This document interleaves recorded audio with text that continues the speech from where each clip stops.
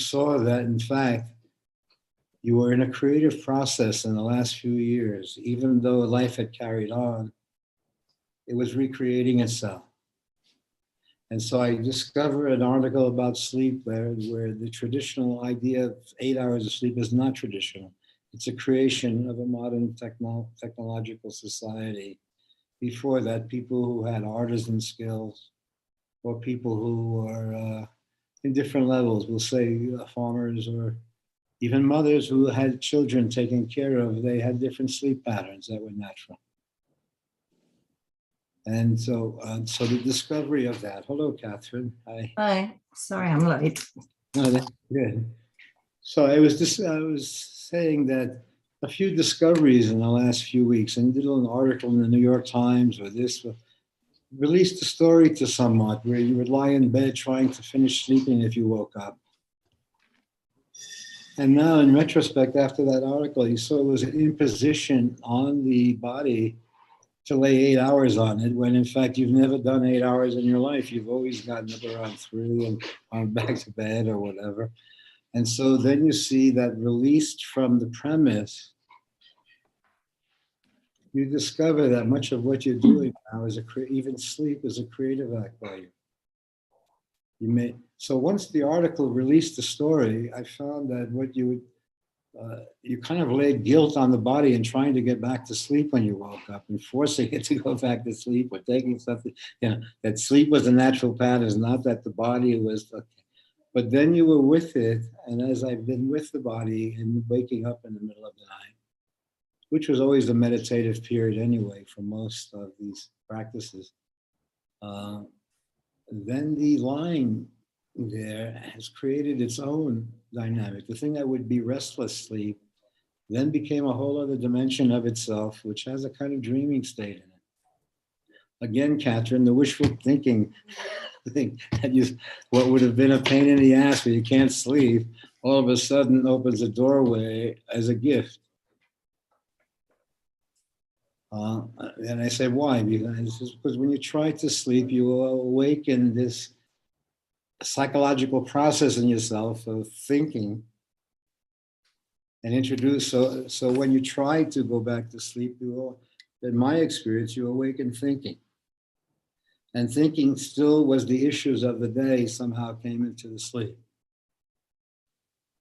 I found at this time a kind of seeing that the sleep does not have a literal 8 hour, but it is kind of what it is,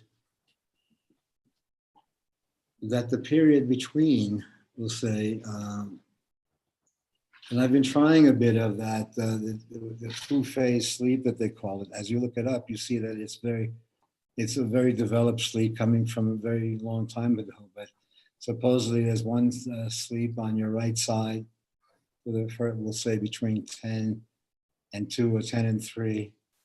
And then the premise of being up for an hour or two. And they premise that years ago, communities did meet between sleep and do their things. But independent of that, I feel that what it did release was the literalness of sleep into something that somehow for all these years, the body and being have been doing all along, and that's news to me. I'm discovering something that for 81 odd years I've been doing, and then all of a sudden, and how I've had to modify it. So once the article just revealed something that I've been doing anyway, but in revealing it, it showed another dimension to it. And in the same way, the releases of the literalness of the existence story became somewhat, when it was relieved, then there was another article on the brilliance of forgetfulness.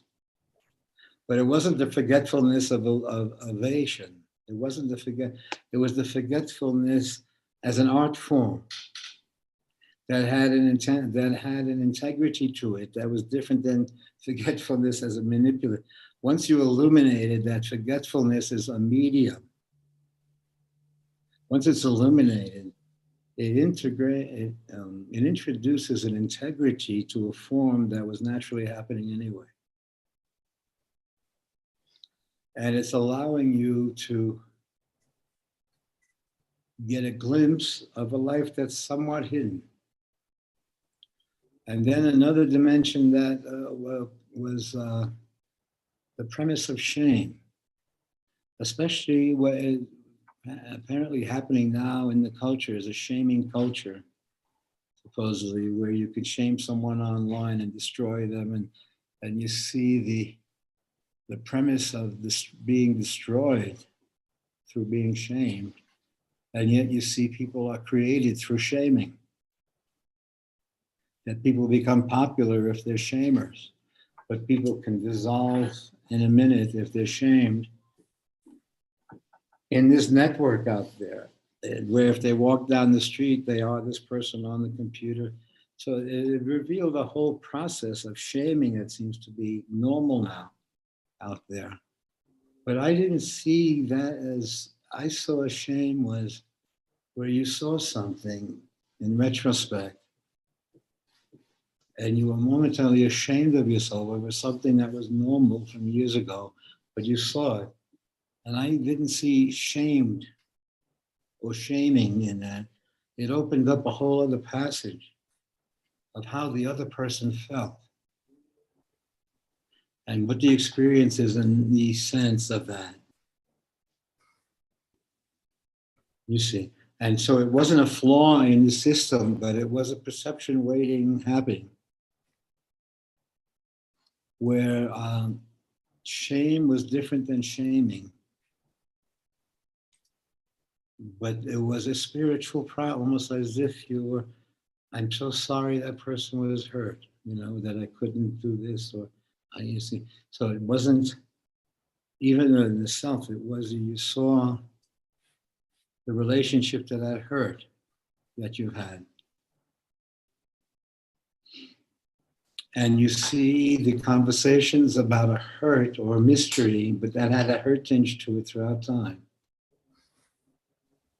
And you see the relationships and the structures and the intimacies that have come over a creative sharing. And then you see where it breaks or it's hurt or an accident or an incident happens. And an incident would have been normal in the structure of the world and competition, but is not normal in friendship. And there's a hurt. And in that hurt, you kind of know it in life that there's a whole stream of hurts that run through the story. And they are meaningful in the literalness of the story. But then an incident may happen where they're so absurd, where instantly there's a hey baby, and it seems to dissolve the story, but something that would have been impossible with motive, something that would have been possible if you tried to, or this or that, but something that where it doesn't belong to you. You meet a whole dimension of life that doesn't belong to you. But that you are a medium of that life. And you are moving in your own story of what this life is.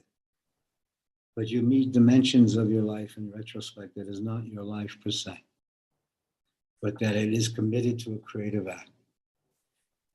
And if you don't think that the kidneys and the bladder and the liver are a creative act, or the immune system are a creative act, let them fail you and you'll see how creative they've been all along. So when you meet the literal elements of passing, they capture the story because they're forcing a recognition of your own life, not as your possessive, but as news to you. Where the helplessness is not actually helplessness, it is a kind of purity of relationship where you get a glimpse of your own life and you see it wasn't your own life. There were aspects of it where it was your own life structurally necessary, but in retrospect, you see a life lived.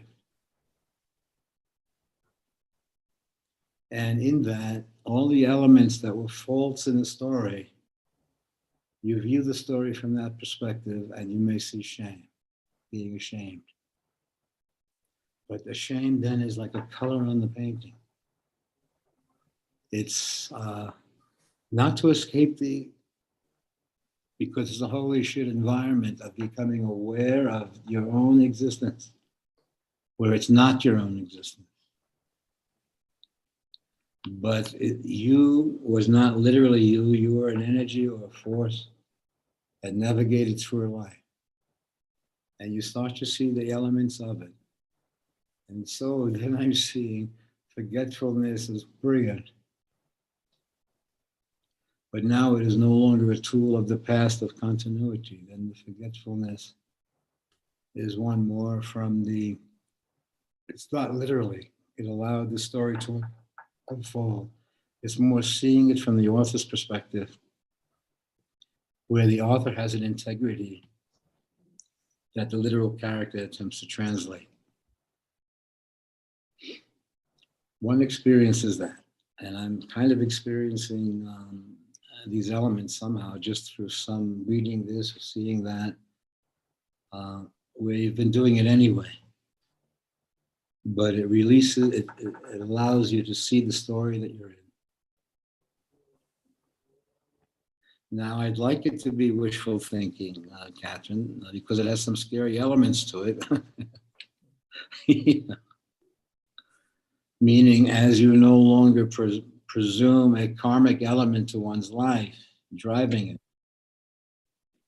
And I premise that that is the element of perception. As you experience it, it interrupts time as a factor. And it does give you the creative sense of time, that there's a literal time that has its own rules and regulations, but there's an evocative time that's alongside it. And that's in the everyday life, in a person who has a literal life and an alone life, an evocative life, or many lives corresponding, and the literal life carries it. But once you discover other dimensions of the life, that starts to become more the premise of your existence, more of a creative expression than a literal survival. Whoosh. Is that okay? So this was, I just ran with the experience of the story somewhat being released, and what would have been problematic, not falling asleep or something, becomes almost an opportunity I look to in the evening time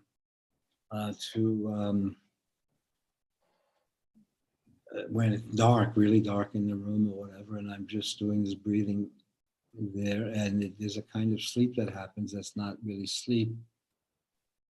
But if I look over at the clock, a few hours have passed or something like that, but it's more a dreaming state. So somehow the perception of the obvious and the perception of the obvious releases the story from a historical, and you then see sleep somewhat your creation. But it's now the creation of a respect for the body processes that you've had throughout your life. It's respect for your life. And you see that there is a kiss waiting for the body in a perception that somehow it's been, until there was some problem, it's been a silent partner in this exploration. And I feel in the meeting of it, it may get over schmaltzy or over romanticized, but I feel without it becoming absurd, there's a hey baby relationship by perception to one's own existence through the bodily form, where you see what it's gone through. And in seeing, somehow there's a meeting. And the meeting is very much like a heartfelt conversation and relationship.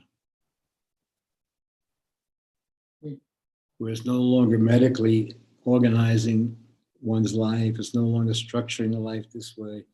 It's no longer has a work ethic of 8 hours sleep, an 8-hour day or anything like that. But in fact is very much the life is a creative process in itself. Just as if you were creating a character, you see you are creating a character, and that is you. Just as if you were painting a character, you see you are painting a character. You are in the creative process itself. The observer can see very much the life, just as we can see a story on the screen, or it can see, in fact, a painting, where it's revelatory. where the painting is revelatory as you look at it, where the film of something reveals something that's hidden in plain sight. And you meet yourself in ways that are hidden in plain sight. But one way that you meet it is that the work itself, the life itself becomes an artwork, not a possessive. You have entree or access to a life lived to the degree that you're able to. The dialogue that happens inside one is also based on the perceptive skills of the person living the life. So the desire to see something that was ordinary, the desire to see something that was taken for granted or literalized, and that was all this time, 8 hours of sleep was the necessary premise that they based everything on, everywhere. And somehow you were a failure if you got 4 hours or 6 hours. Now you may find out that you were brilliant if you only got 4 hours, and somehow you avoided being structured, and somehow you've kept whatever you tried to do, there was always an individual you that was a creative act. And so that may be the reason in retrospect that it screwed up this way, that it may have saved our lives by screwing up at the right moment. Screwing up in the literal sense of continuity, but not in retrospect. Many of the screw ups had a creative edge to them that took you out of the loop. Had you considered the process of your life not being incorporated into the structure or whatever, but you had to. So the screw ups supposedly in the journey, in retrospect, allowed perspective. Because you see that oftentimes it was being required to do something that instinctively you would have been very challenged, even though it was normalized in the society. And that you would see that many of these work forms that were based on fear were based on fear. And fear of survival, fear of continuity became the dominant force in some sense, and that normalizes in the social structure. Then a feeling of love wants to organize itself into a continuity of survival or whatever, when there's a whole dimension of exploring these very things. So when it's acted on in a way or literalized, the exploration doesn't happen for the person easily. But that is still happening, I feel, in my life. So when I read something here or there or whatever, it just brought a light or shed light on what I was doing anyway. But in shedding light on it, it kind of added another dimension to it. Where then the survival for this phase for myself or for us is not so much about extended time, but a kind of creative time that's happening. And that creative time itself may be extended time, it may not be. But the question is that the premise of the literal extended time out there in the social fabric, you see that you're caring for your consciousness to some degree. So you also see the extended life may miss the point in some element. And why you say why? Because I say somehow the creative life may extend itself. But if they keep on pumping juices into you, so then you say, is it a real question? I say once you perceive it, that the self, the premise then of these self-organized businesses and associations and expressions are continuity at all costs. And when you are experiencing your life yourself, you see that it's kind of a grace at all. It's not spelled out. But the lack of grace is spelled out. So I feel that when you perceive that time has changed, that you enter into creative time. And that means as long as there is a kind of creative dialogue, but then as you, let's see, as you then examine certain things from an aloneness. What do you say, Urja? You okay? Yes. What, what's your thoughts on this? Since we're in the situation, but let's see, what is the situation? Well, what you just said about how everything reminding you of something you're already doing, and it's like the little kisses of life, So showing you. I do feel that illumination is what would illumination Yeah. Shifts the natural to a kind of creative dimension. Yeah. Yes. And in that, And then, it comes in magic ways. no, but you see that somehow there is creative time and literal time. Yes. And when you're subject to the literal time, the creative time is squelched in some sense, unless we shift it to Netflix. And we get little hints of our own life from seeing a movie, and we see, holy shit, there's a moment of our own where we can. So somehow there's a selective process in the Netflix that is still part of our creative process. We relate to these things as if we were going shopping for something that we would go out downtown to buy a select thing. We're also using that same selective process, it seems, in watching creative acts or things that interest us. And I think you can take your own temperature and see what you're watching. Danny, may I say something? I saw a movie on HBO Plus or Deluxe. Max. It's the Let Them All Talk with Meryl Streep. It's a new movie, and there's something about magic. I thought of you. It's a beautiful movie, very, very incredible. Okay. And I thought of you, and I thought also of Catherine. I thought it's a movie she would like. Thank you.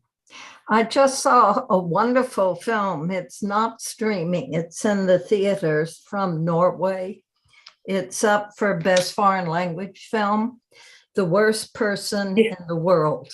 Yeah, we saw that. I loved it. I loved it. Well, there were three of his, he has another, I think his Crypto is one, wasn't it?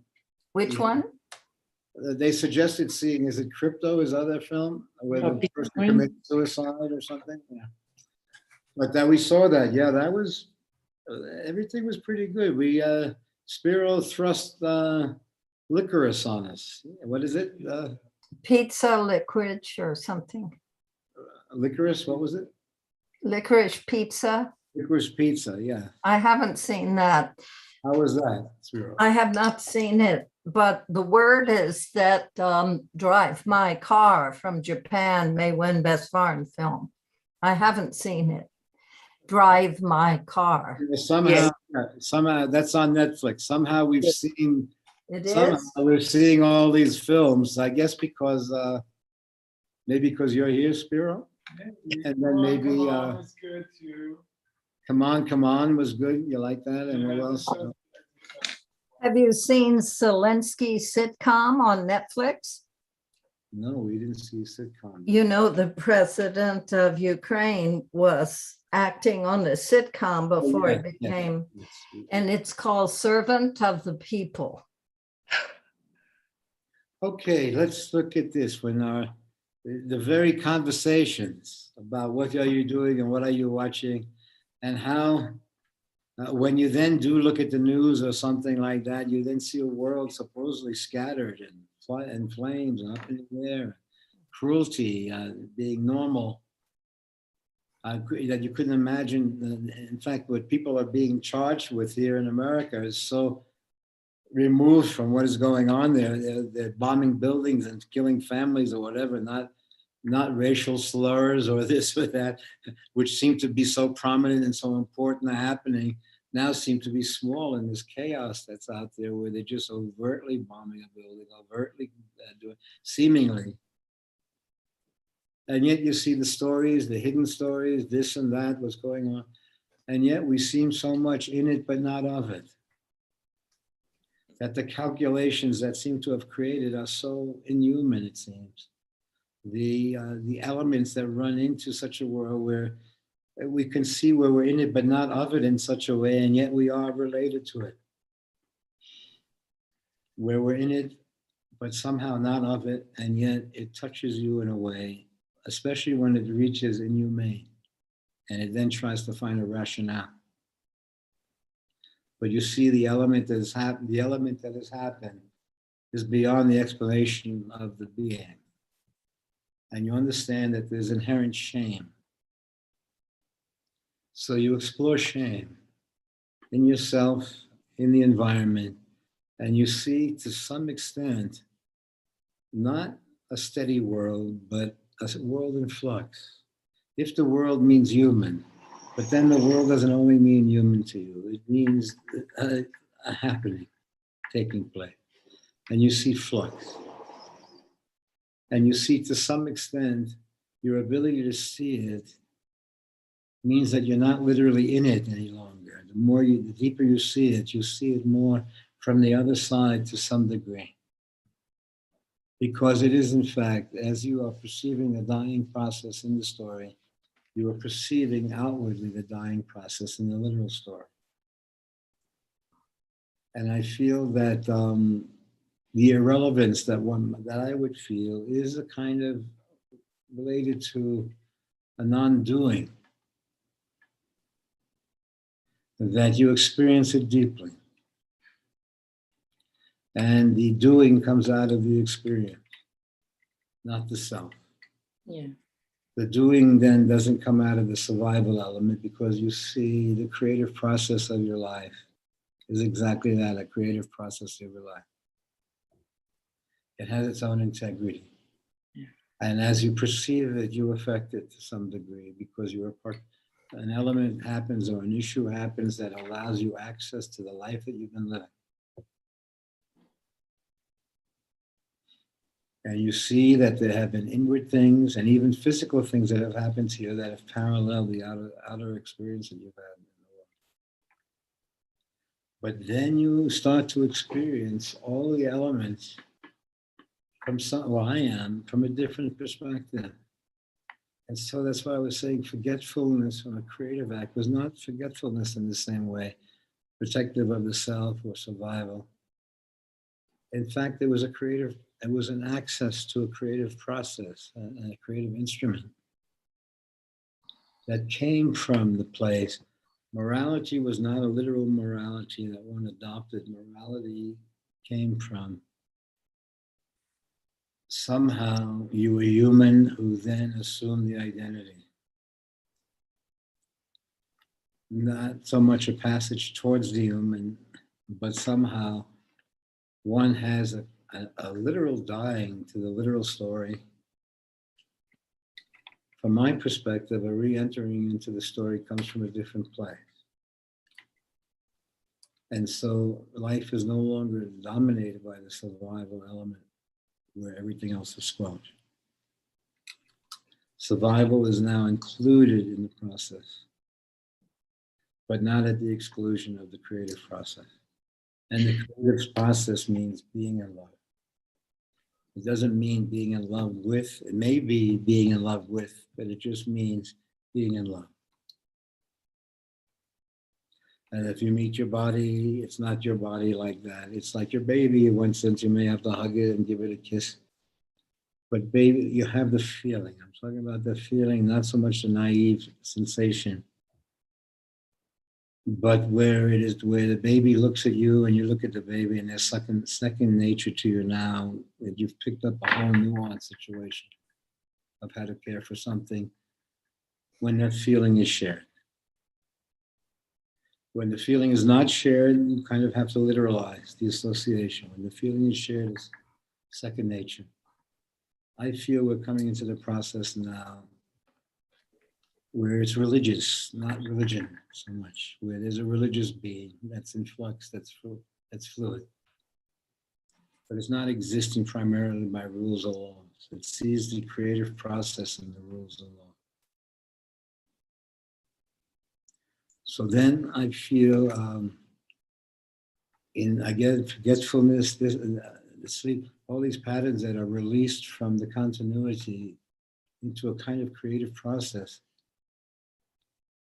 where you're shaping it, where you're fashioning your life in this period of time. then you see all the other elements that the story of the past is not the past, but is parallel. And you see that there will be moments in accidental parallel meetings at times where there will be a shame in the story that kept it for 30, 40 years. It may have existed that way, and then all of a sudden a feeling, an accident, a naive moment, just anything that could have not happened, however much the people try, into a momentary, hey baby.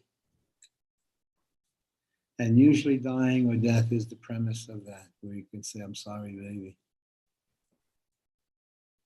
Because you realize something else perceptively that was hidden. And you see that the survival story is the strongest premise. But in a passing away, there's a release of that story. And I feel that in seeing that, there's an I and thou.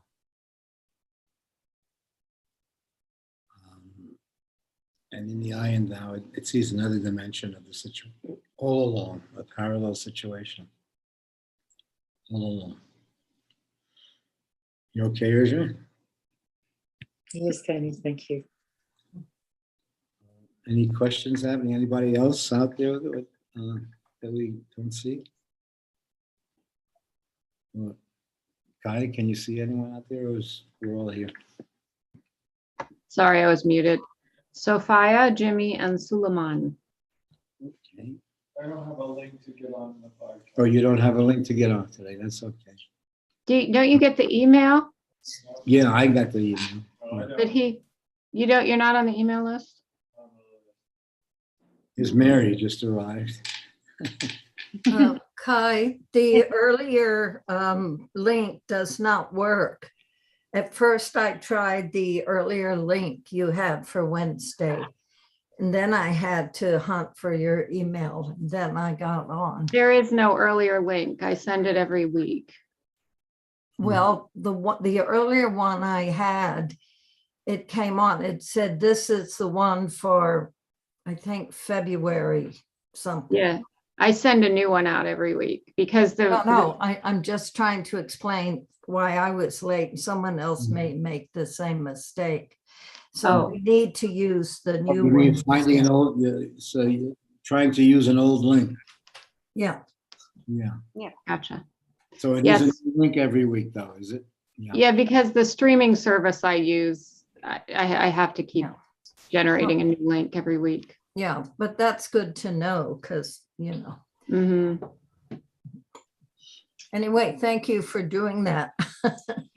By the way, No, it's Really, very thank you. nice. It's allowing me to share something with you, but Danny, I am so tired of watching news and crying at babies and mothers being bombed. I just, Yeah. you know, I've written 3 checks for Ukraine, but yeah. I've reached my limit of watching. I can't. And Mary did break down also a couple of times watching it. Yeah, No matter how clever you are, it's working its way past any defenses. And just normal people, regular people being punished or hurt or something happening. But it gets to you. And you do something about it, but there's no doing that it doesn't get to you. What do you say, Urja? I feel the same way. I cry at photos. It's really sad, so sad. And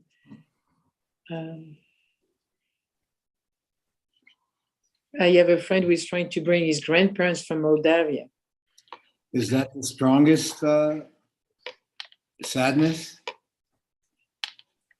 anger. I feel angry. I would say that, let's say it's not the experience itself. It's the experience of the experience. Not the literal experience itself. So let's say you were in the room while it was happening.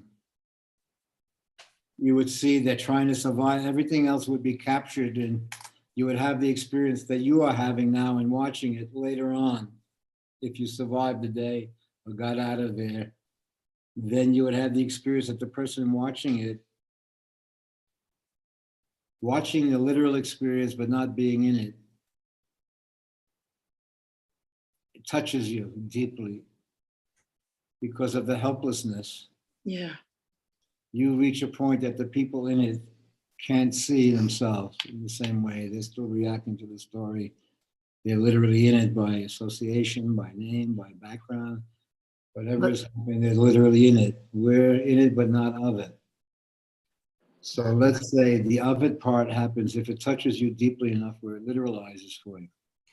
Also, some of those images just become imprinted in your brain, like the 6-year-old boy who lost his parents. He's walking alone, trying to leave. There's a guy here from town who flew out there and in Poland, and he rented cars and everything, and he drove up and he just picked up people. He drove into Kiev and started to pick up people who were waiting and just drove into Poland.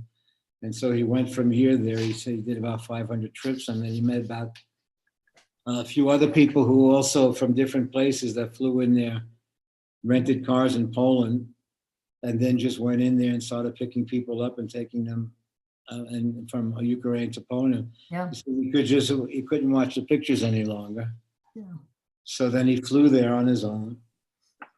He quit his job and he flew there on his own. And I think for 3 or 4 weeks he was there bringing families back and forth there. So let's say, holy shit. A couple of weeks ago was the virus had us by the head, and now, and now it seems to me that there's an issue that floats. And what is the issue that floats over the situation? That if you do something about this horrific stuff, they're going to drop an atomic bomb on you because it's not, you're really this. And you step into a world that justifies itself, where all they have to do is look how shitty it is, whatever philosophy you're throwing on, it's just the actual human looking at it. You remember the Ojai retreat where you stayed? We're doing benefit concert for Ukraine, April 3rd. It's a small thing, but it feels good to do something. But this question of that we were exploring just a bit before of hate and then love and hate, where love can turn to hate. And you see, even in the dopiest way out there now, the Russian restaurants, everyone's abandoning, they hate them. They used to love them, they said, So let's say in the dopiest way, in the commercial way, but you also see in relationship that love can turn to hate. In fact, the deeper the love, possibly the deeper the But that's so stupid, Danny, because the Russians who have the restaurants have left Russia. They came here. Stupid. So stupid seems to be our my middle name. Okay. Yeah. Because it seems to me every perspective that I would have if I offered it would sound stupid to those people. Because what would I do then if you had them in the room, if you had Putin sitting next to you? I would have to grab him in a headlock and bite him on the nose and rip his pants off and Try a gun. tie him to the bed with his pants down and say, okay, schmuck. Or Jesus would come in and bless him and reveal the truth. But I would say, no, grabbing him in a headlock. If you were alone with him, Catherine, grabbing Putin in a headlock, ripping his clothes off, tying him up, and then reasoning with him. Someone told me last night about someone who sat next to Putin at an international conference. And they asked him, what do you remember about Putin? And he said, he doesn't eat anything because he won't eat something unless a taster has Let us look at the screen and see what he's fearful of being poisoned. Let's say whatever the literal story is, let's look at the evocative story. And you see shame, deep, profound shame overriding the issue of flying overhead.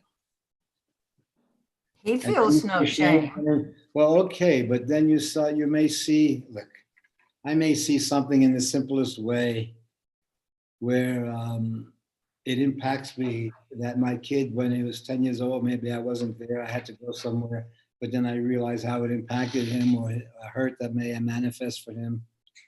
So then it's not really shame, but it is a kind of creative shame that you see that another thought of you in a way, another was hurt by you, and you logicaled it, and you made this, and you said it was their fault or whatever, but somehow my kid was hurt. And it had a logic. You weren't there for graduation or whatever the story, and you say you're performing an operation, so you have a logic, but you see there's a hurt. And the hurt somehow, you realize it, even though it was illogical, even though you had something to do, in retrospect, you see a hurt related to you and the other. And there's no explanation that you have or this or that, except I'm kind of a genuine I'm sorry, baby, not I'm sorry for anything. But somehow, when the hurt in the story comes home to you in time, and you see it not from the defensive aspect of self, but from the creative life, then you see a shared life. And so I'm kind of exploring these other elements that would have been structured around the self into more of a creative process in it, where you see the memory of you, the experience of you, and absentia is also elements of you. And that there can be such a thing as someone dying that releases the historical story from its hurt and its literalness into that moment where it releases the story, where it comes from a different place. But somehow the narrative runs through the literal life, or through the literal story of self. There's a narrative. When the narrative meets a moment that sheds light on it, the narrative as a possessive of self is released from the story. You see another dimension. And you see that in order to literalize one life, one held on to a premise of self. But that when you met a moment that reflected on something, you saw it from a different soulful perspective that released the story from its continuity.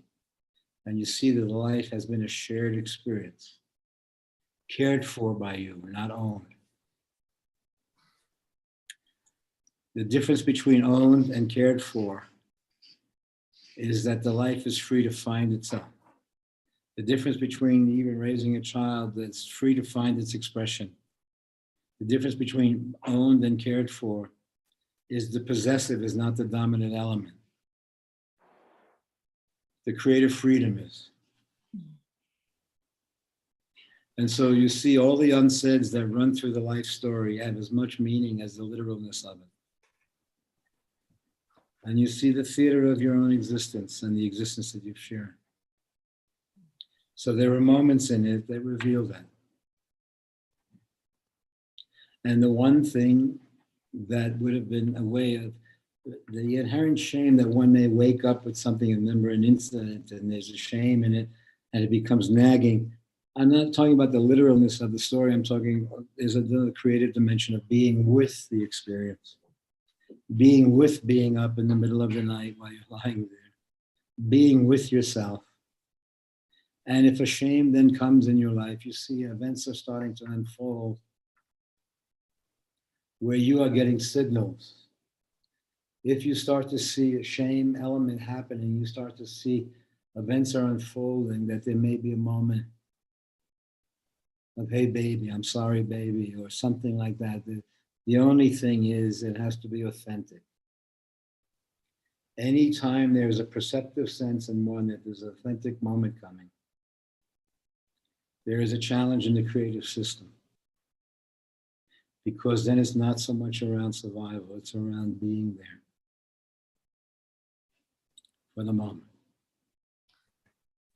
I can only feel gratitude, Danny. No, When I wake up and I see what happens even to other people around me. We both shared intimately our lives, so I've also seen each person's not the literalness of what's going on, but I see the challenges that each person has had creatively. I have 3 close friends in the It's stage 4 cancer. You know, Not people are going through awful too long things, ago, homelessness. a couple of years ago, you were having profound challenges within yourself about, so that somehow, as I kid around with you about the boy saying he's a poet, and I saw your face, I understand you worked hard for a couple of years. I understand how difficult and how challenging that was for you, but how challenging it was to see you in such hurt. And then all of a sudden, a schmaltzy, I'm a poet, and the story. Okay. So Oh, my grandson. You're talking about my grandson. I'm Yeah. talking about a release, somehow a release of the story, in some way, Mm. where you can also say, okay, Catherine, you did some nice work. You can go now if you wish. Or if you want to hang around, it's up to you. But you have. Well, if you have a grandchild who's that wonderful, you want to hang around to see how it flowers. And I say that's up to you, but your work is okay. You complete your work. No, I'm still working. I understand, but you're free to go. And if you want to hang out, it's because you want to hang out. Yeah. So I think that recognition is probably important, that we want to hang out. It's not that it's a requirement. But we are so fortunate, I think you if we add consciousness to the literal story that we've lived, and that is not wanting to live as a pressured continuum, but you see creatively, it wasn't too long ago when I'm looking at not grandchild, it's kind of living and dying kind of situation. You see a profound hurt was there that was then released, and it's so natural. And yet it was released. And yet when I saw a hurt, it was a hurt. It was no make-believe hurt or psychological hurt. So they existed on many levels. So it wasn't just a psychological talking out of. In fact, it was a true thing. The hurt was true. Mm. And I feel that you reflected your own book and your life. You reflected to some degree the works that you've written and put together and the way you were living, which is extremely challenging because one's personal life and one's narrative of a creative life seem to be challenging different. But in fact, when the creative process enters into the literal and the dialogue in the day is a creative act, I feel that you've merged that. You've attempted to merge that. And Well, I think the creative life is the real life. I can't even, the other reality is not real. But there's a lot of kicks in the ass on the way to the creative life, I say. So they say, because the literal life presumes itself to be real. But it's not for creatives, I don't think. But it's not. But then if I say to my father when I was a kid, Dad, I like to believe now. I don't want to. And where you little traitor rat bastard. Okay. So let's say, even though you may have had an urge, you understand that you then had to navigate the norms of your situation.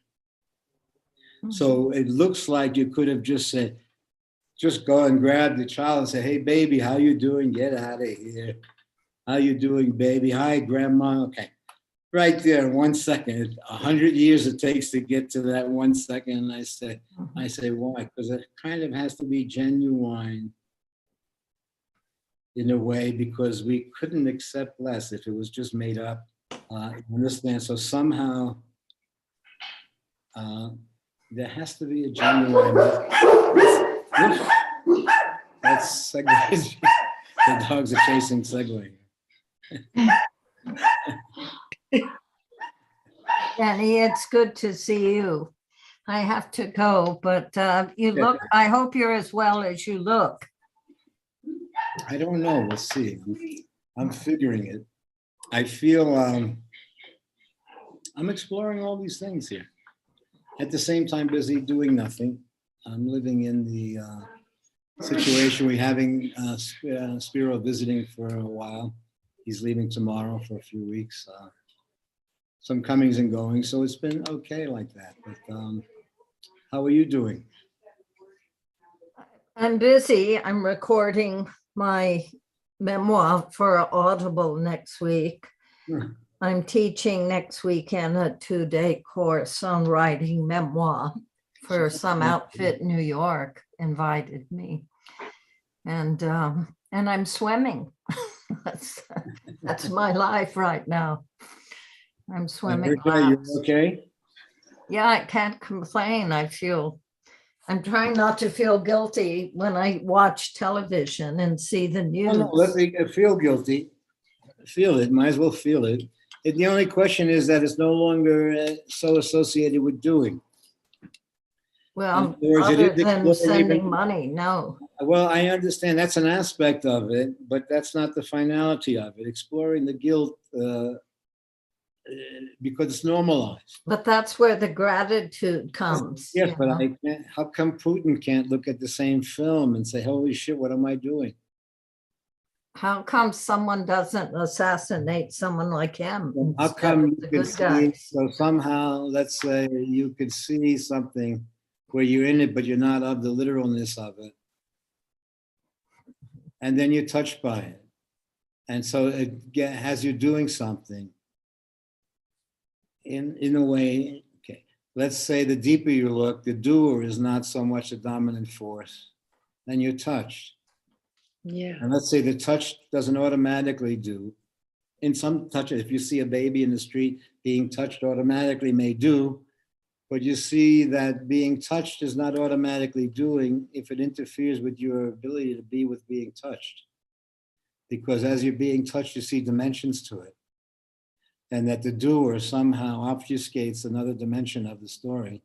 So the doer may be to take care of the overriding premise of the story, but then you're exploring this other element that the hurt kind of has allowed you access to something that's not literally happening to you, but it's happening to another human being, and you're experiencing it enough to cry. That's what's changed throughout history. We've seen oligarchs killing people, but But we when you're weren't. helpless in But now we're watching it every day on but they're helpless television. in the experience. In other words, they're being forced to have the experience, so it's literalized for them.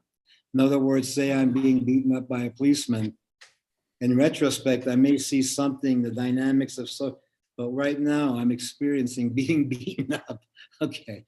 And in being beaten up, that is the issue for you in the moment for you then. But others see the larger picture from a different perspective. But let's say while you are in it, you see the injustice of it.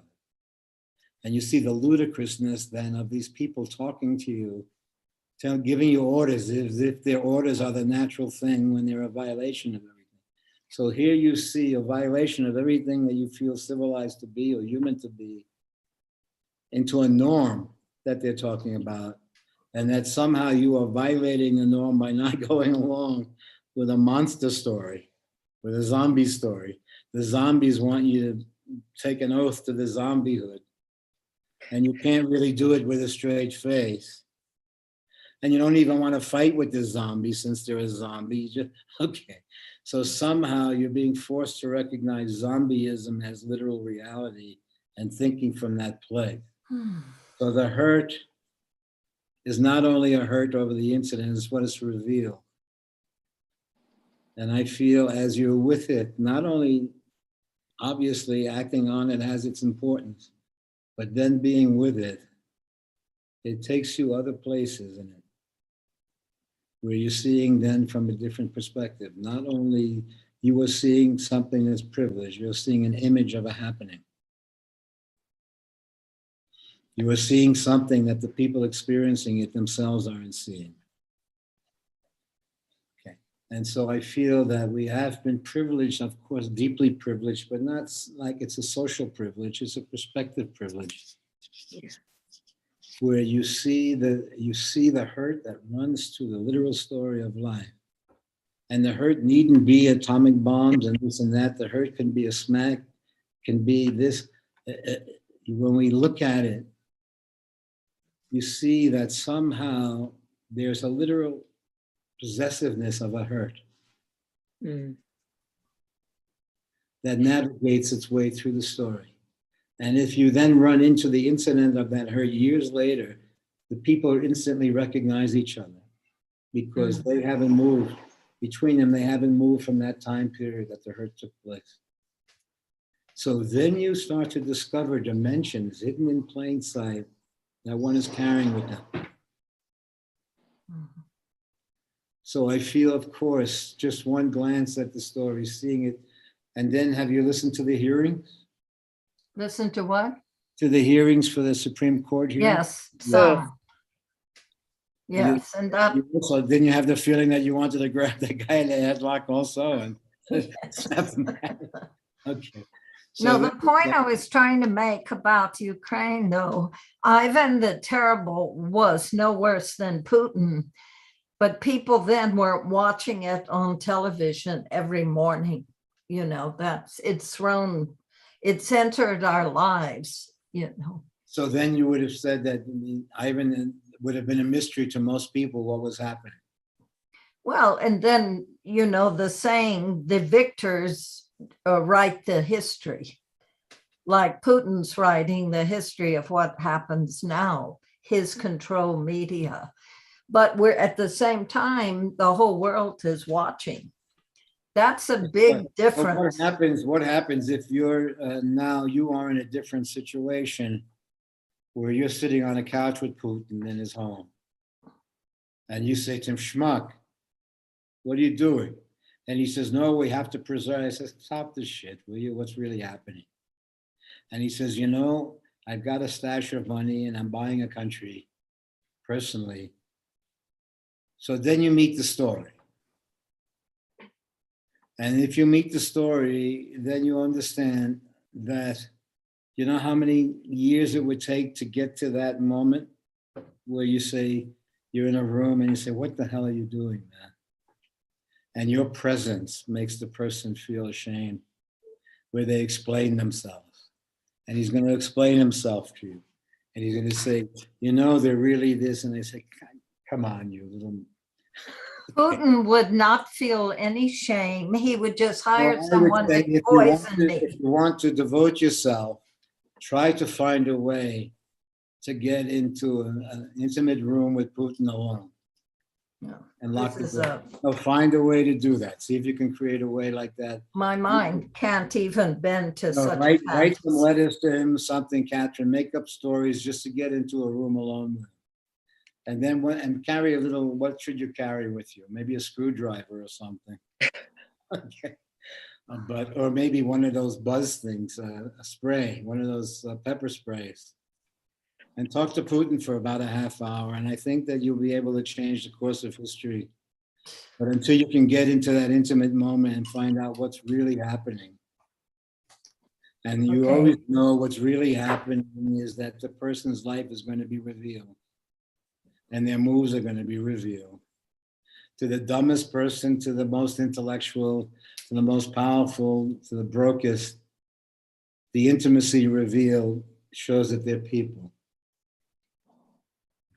And if in fact you see that they're people, they no longer have that power in that sense, that they're just people. That is true magical So thinking. once you see the story going down, you see people enacting a story, in fact, similar stories that you've written. And each one is committed to its part, its role. But you understand, but as an actor and as a creator, you know that there's something beyond the literal story happening. Of course, that's a whole different level. So that's why I say if you were in a room with them, just the dumbest, even watching a TV show in the room with them alone personally, your presence would have an effect on the situation that you couldn't have for 100 years with rules and laws and fighting. Not with a psychopath. I don't think it would work, Danny. And he's doing psychopath. All life is missing a heartfelt conversation. Goodness. But all life is avoiding a heartfelt conversation. It'll go to war to avoid that conversation. That I think that quickly you would discover a little schmuck that needs help. Danny, that is true magical thinking. I know. On that, I'll say namaste. Catherine met Putin, she would see a poor schmuck that needs her help. No, she wouldn't. And you would see Goodbye. a guy who's, you have to tie him up and give him an honest conversation. Anyway, my love, Danny. Bye. Yeah, bye-bye. So you don't agree with that then, Derek? I don't know if I agree with that either, but that looked like one of the possibilities is that somehow life is missing a heartfelt conversation, and it meant coming from a different place than survival. So somehow the disassociation from the human feeling allows something that's unimaginable to us, that you can kill so easily or logically, because it benefits you or this or that. Let's kill this or let's do that. So that logic becomes very weird, but then they explain it to you as if it's logical. Just as that Indian family explained the breaking of the bones to make better beggars, as if it had their logic, and you saw their system had that logic in it. But you also saw from your perspective it was inhuman. And yet you were subject to the logic of a circumstance. And when you are in a situation like that, when it appears to be inhuman, and yet you're subject to the logic of it, let's say like being arrested or a circumstance like that, and you say, hey, hold it, this is happening, a different picture is happening. It's a very interesting experience to be subject to the literal as your way of life. In other words, to be the way of the life that one has lived that's so intricate and so involved and lived on so many levels. And yet when it literalizes, you see a different dimension. The life, in fact, in retrospect, you see the movie of the life, the creative aspect of the life, nuances, different situations that one has lived through.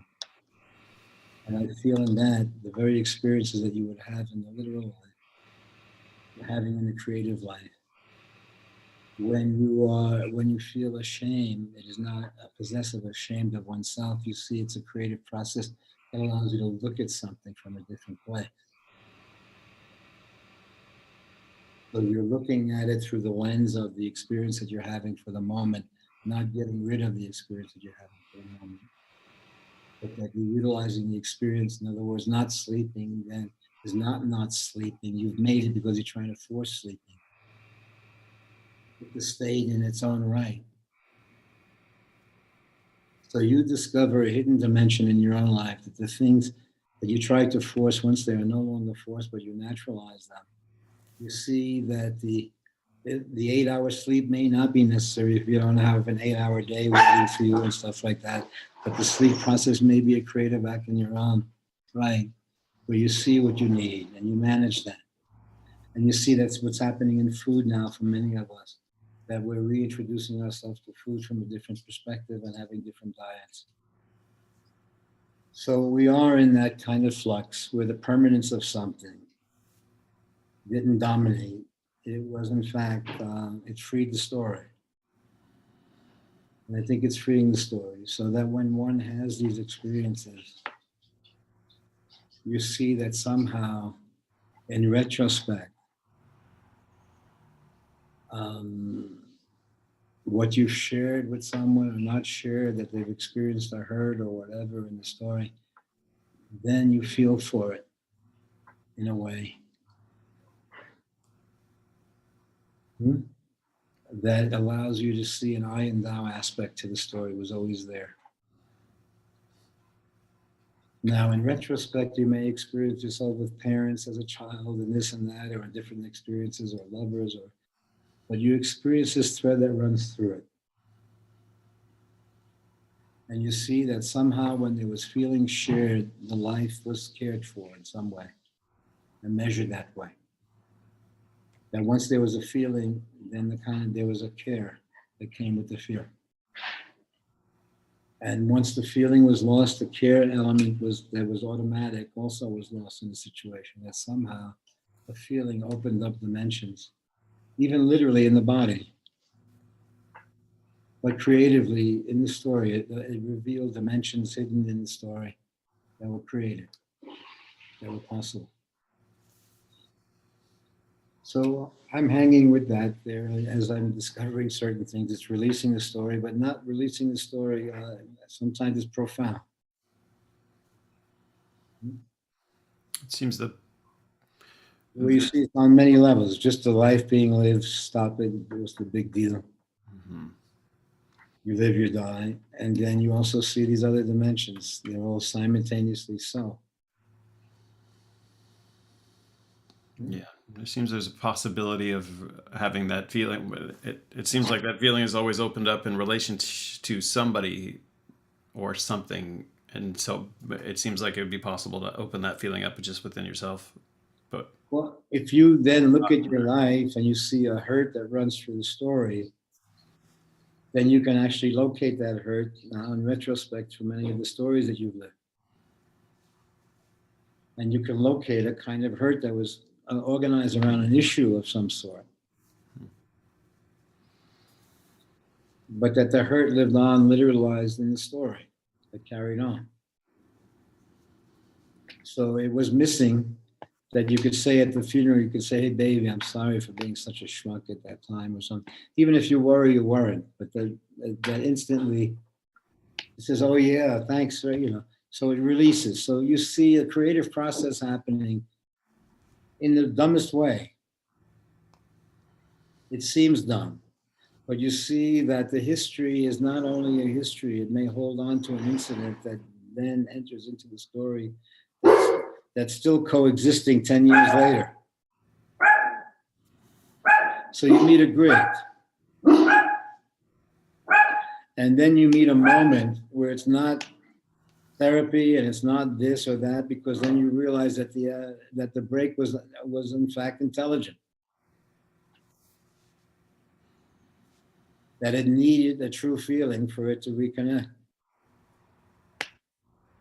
So then you start to see elements of the life that you've lived. And you start to see it from the creative act as if it was the movie. You see missing parts.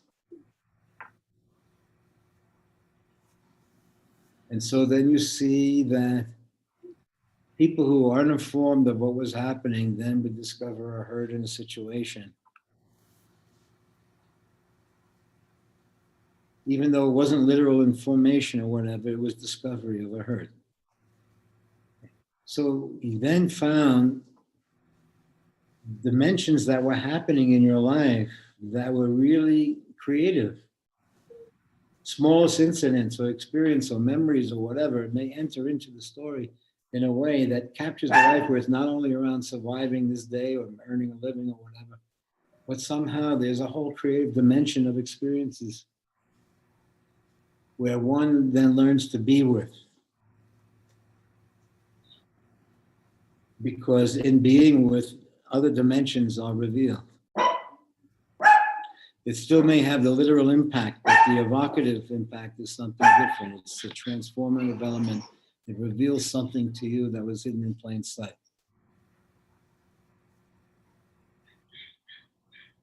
So I think for us at this phase of it, the situations that come from the past into the present will be revelatory, challenging. Because if the hurt literalizes, but if the hurt is evocative in the moment, it reveals dimensions.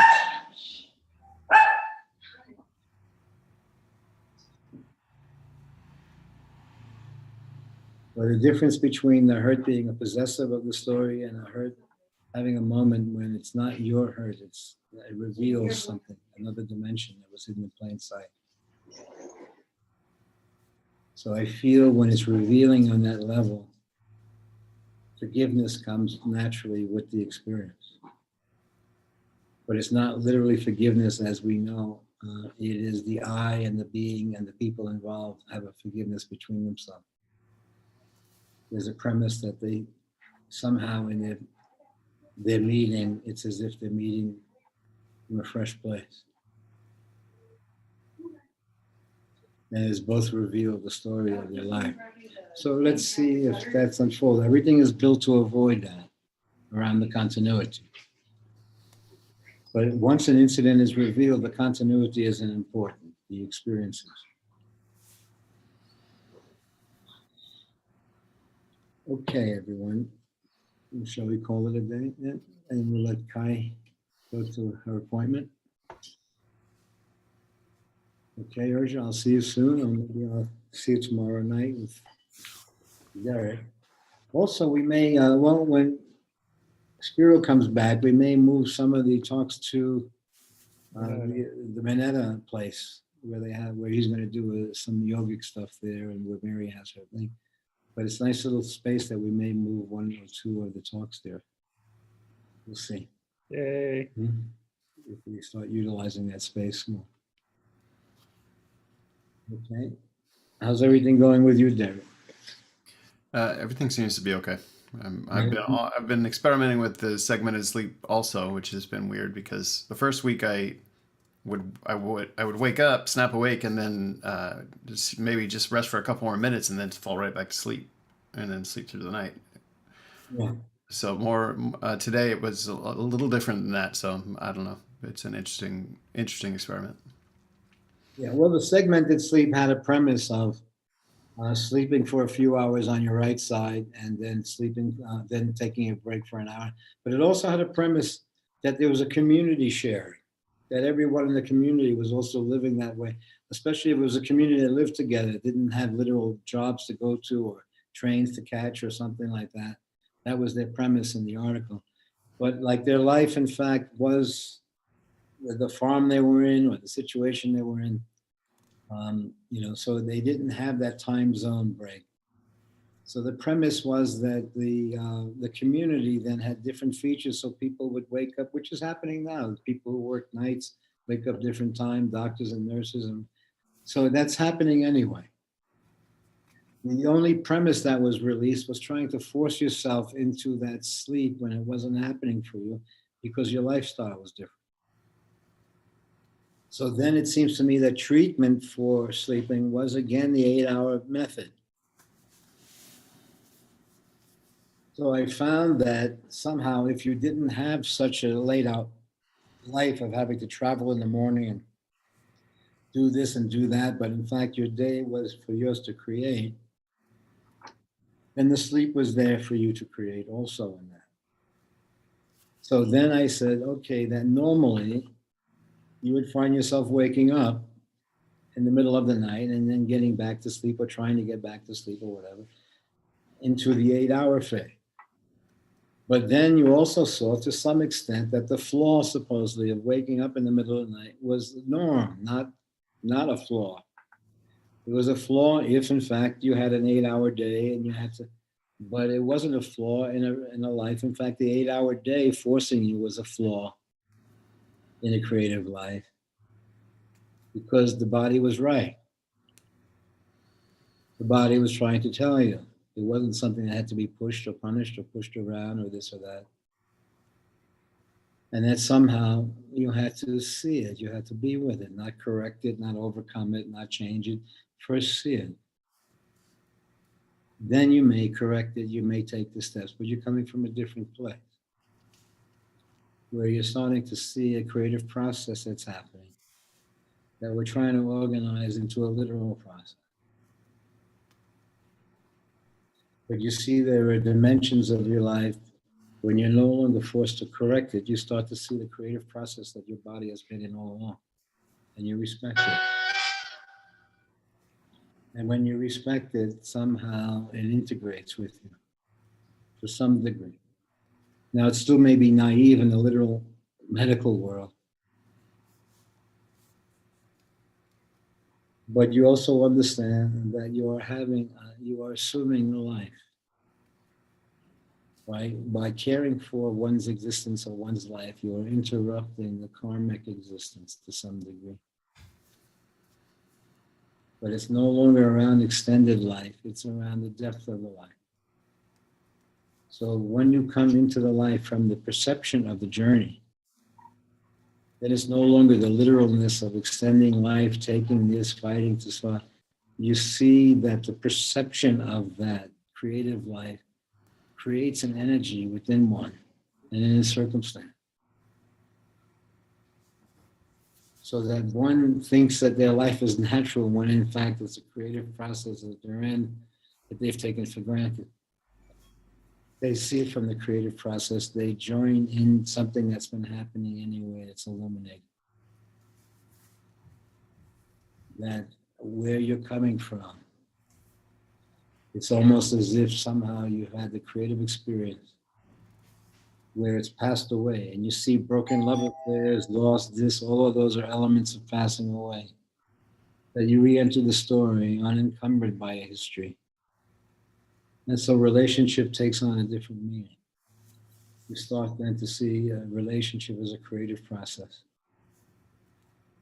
And that there is something now about the authenticity or the genuineness of the feelings and of the life. That you enter into a different phase where survival is in the dominant form, but a kind of genuineness creates situations. Okay, namaste for the day. Actually, they say namaskar in India. Namaskar. I'll see you tomorrow then. Okay, Kerry, how are you? I'm doing okay, Danny. Okay, you're still in Half Moon Bay? I'm back in Lagunitas, but I'm kind of looking to find a new situation. Okay. Or a new situation finding you, or are you? I don't know. We'll see. Yeah. It's been kind of just interesting that, the working with having vision or inspiration, but then the actual doing, getting kind of frozen by depression, and then not being able to just kind of the doer freaking out and then not being able to do anything, playing with that. Well, let's say basically, if it's moving with relationship, then what we were just kidding around with Spiro, where there was that new situation they had in Japan where the do nothing boy, I think it's called, or that you could hire a person who does nothing but does for you what you need for the moment. That's awesome. In other words, so say you've broken up with someone, so you need like a partner, but you're not a literal partner, but just someone who doesn't say it. She said, he didn't say anything, not to say anything, or just be there for you and give you a look or a smile or whatever during lunch together. Like a great career choice. Yes, but then there are some that have become brilliant in it, they say, but they don't interfere in the process. In other words, right. You're kind of stylizing the experience. So then they say, okay, what does it mean? Then I say, look, Spiro, if I watch some of your moves, I see you driving cross country, you're going around the world, you're busy with this one, that one. You're a friend. Mm-hmm. And after a couple of weeks, they may kick you out because a friend starts to become a kind of ball buster after a while by revealing too much, especially if the couples are fighting with each other or something. Yeah. But let's say from the sadhana, from the journey, he's a friend that visits. And he makes people aware that not only are they living literally and this and that, but they're also coming from a different place. To something, let's say. Yeah. But then, as I told you, cancer doctors who get the same cancer that they treat, then do nothing boys. Was that the name of them? Yeah, I think they Do were. nothing boys. Do nothing guys. Yeah. Do nothing guys. When you visit them at home, they tend to have the same problems that they're helping you with. So there is something about that. There is something not only of getting the same cancer that you're treating, it's not the same cancer, but somehow there is something is revealed. So then our main man, while he's helping with relationships, a friend, then all of a sudden has a relationship that has similar elements of a similar thing that he's been doing there. And okay, so you have something of the genuineness of the experience yourself that you've been caring for. And then you understand, because outside looking in, you don't see why people are not simply free to go. Right. But that they don't say, okay, I'll catch you later, but they have to get lost, mother jumper, or this or that. Okay. Yeah. Just between being thrown out. And you see also the very revelation you bring may also be resisted at a certain point. Mm-hmm. Because then for you, the revelation is a way of life. But from an organized situation, it's only every now and then that they wish to see the flux. Yes. So somehow you don't see the literalness as being the reality, even though by the times when you're subject to it, when you're subject to the literal survival sense of it, you can see how distorted the whole creative process is. Yeah. So that's why perceiving money from the creative perception is not owning the money as much as having that money means freedom from this trip that they laid on the society around money. Yeah. You see, Totally. somehow we've been able to live okay, but we haven't had the fortunes of this one or that one, but we've been able somehow. And if you Mhm. see what each of us has gone through, if it would have cost you, you would see Derek's lifestyle, how much it would cost Musk to live that. It would cost him $2 billion a year to live in San Francisco doing nothing. Not really doing nothing, just his view.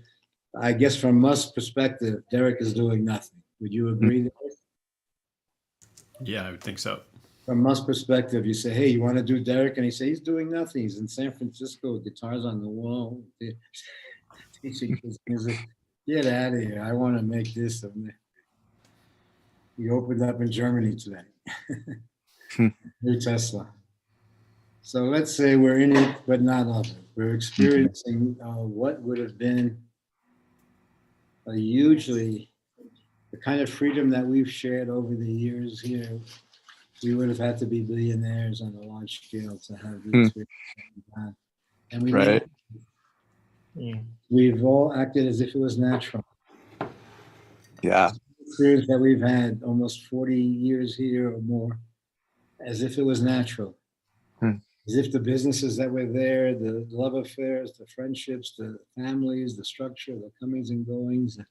The Then you see gushing the of holy water shit. that we're just navigating right now because there's gushing water from the rooftop from the snow.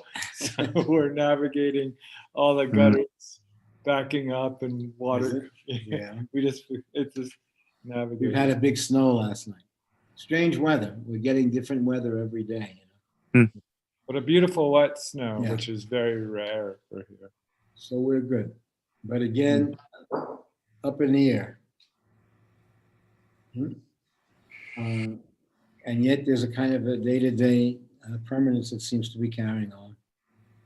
And again, this Spiro and others may then, he may do some yoga teaching from the Mary's business space that would carry on. And maybe I'll have a talk a week there or something. I'll hang out there a little bit more. Oh, cool. You know, we haven't been going out, but now it seems to be lightening up, but we'll see. But I have to say, going out is not that big a deal also when you go out there. It seems to me you kind of wish to be back home for a moment also. It's pretty nice here. It is okay, but it's, what do you think? Well, I'll be excited to come back. I'm a little sad to go, but I'm also excited. We'll see. We'll see where it takes us. Okay, everyone. Take care. I'll see you soon. Thank you, Danny. Thank you. Thanks, Take Dan. care. Bye. Bye, everybody. See you guys.